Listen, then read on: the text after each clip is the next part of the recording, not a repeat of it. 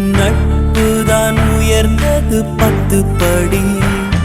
உன் நட்பை நாங்கள் பெற்றோம், அதனாலே யாவும் பெற்றோம். மேலே மேலே சென்றோம், வான்மேகம் போலே நின்றோம்.